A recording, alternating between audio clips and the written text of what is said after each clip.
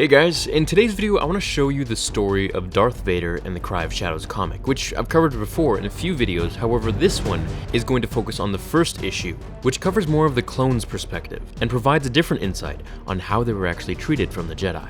So in these 5 issues, it goes over the life of a clone who fought for the Republic a few months before Episode 3, Revenge of the Sith.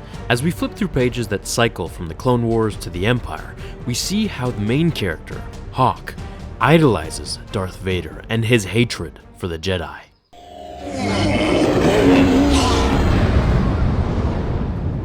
The story's main character, Hock, ended up being shot out of the ship when a blaster from Separatists slices his eye. He was abandoned and left there by his Jedi generals, who never went back for him. They just didn't care. From that day forth, he grew a festering hatred for the Jedi, way before Order 66 ever took place.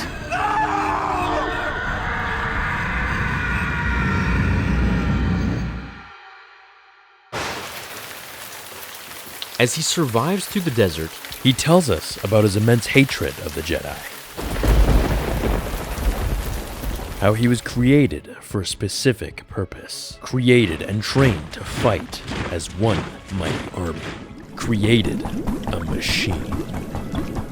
A machine with an unlimited number of replacement parts, each part equally important, meaning not at all important.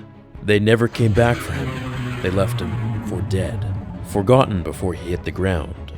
As the story progresses, almost dying due to his own depression, he finally decides that his future wasn't going to be dictated for him, that his destiny wasn't coded into his cells on Kamino, but rather, he was in control. For the story of Hock was yet to be written. As we progress through the story, he tells us the tale of this legendary freak accident clone who defied all odds, and was even rumored to have killed the Fett himself through his superior genetics.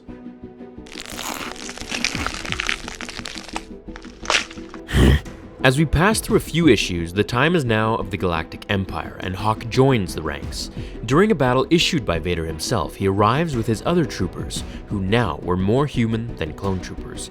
He looks around in disgust at the failure of the mission, at how undisciplined they all were, until it hit him. They were being led into a trap. As the general in command was too stupid to see the bombardment, the clone defied orders and tried to control the troops, saying how this never would have happened with all the clone armies that he served with before. They understood discipline and order. As he goes on to say, "At that moment on that day, I feared for the future of the Imperial Army. I envisioned a day when the clones would be scattered too thin, lifelong training purpose replaced by those merely seeking a job. I envisioned an army of troopers who couldn't hit anything they shot at. Disgusting."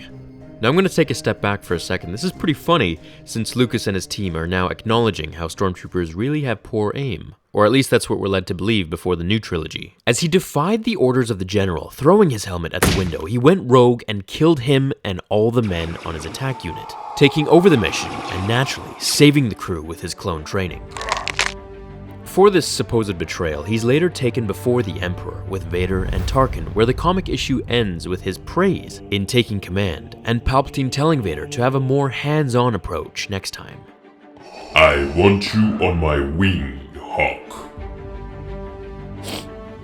Leading us into battle where Vader leads the army himself. And we know where the story goes if you watched one of my previous videos, which actually is one of my favorite ones that I'll just link again at the end.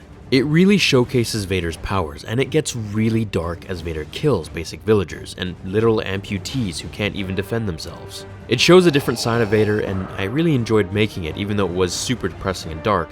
It really helps us understand just how evil and sadistic Vader had become. So what I find interesting about this issue in particular is how the clones were actually treated poorly by the Jedi. We never actually get to see the point of view from the clones, and I think this helps us put things into perspective, that the Jedi were not all they seem to be. And I think that's something that Luke figured out in Episode 8. Only time will tell. Let me know what you guys thought of the video, and I'll see you all in tomorrow's episode of Star Wars Theory.